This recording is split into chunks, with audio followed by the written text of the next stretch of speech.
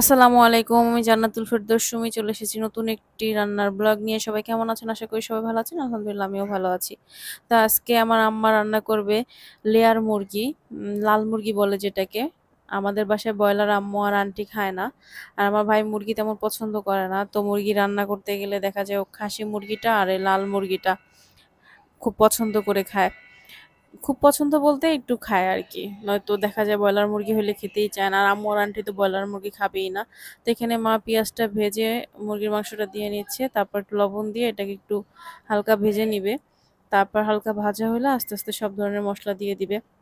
আমার আবার মুরগির হাড়, চামড়া, তারপর কলিজা এগুলা খুব পছন্দ। কার এগুলা পছন্দ? আমার ফ্রেশ মাংসর চেয়ে হাড্ডি তারপর চামড়া গিলা এগুলো খুব পছন্দ। আমি খুব মজা করে খাই। আর লাল মুরগির হাড়গুলো খুবই মজা হয়। আম্মু আরেকটা মুরগি আনে খাসি মুরগি বলে। জানি না ওটার নাম কি বা আপনারাও খাসি মুরগি বলেন কিনা? মানে বড় মুরগিগুলা। ওগুলোও খুব মজা হয়।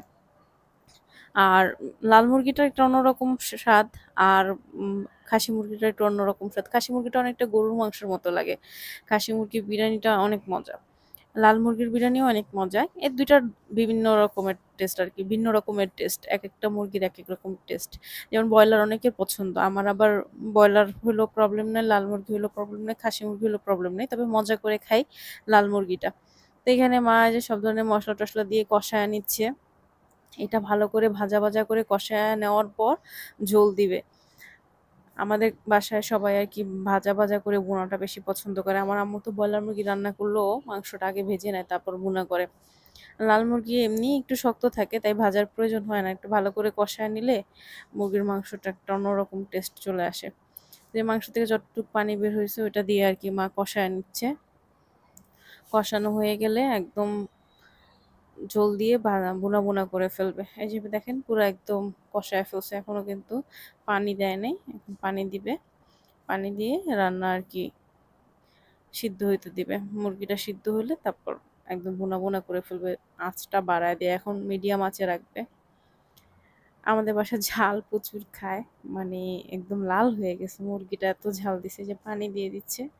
কারণ লাল মুরগি সিদ্ধ হইতে অনেক পানি লাগে। এই মুরগি লাল মুরগি তারপর খাসি মুরগি, লাল মুরগি বলতে লেয়ার মুরগিটা আরকি। লেয়ার মুরগিটাতে মানে পানি প্রচুর দিতে হয়।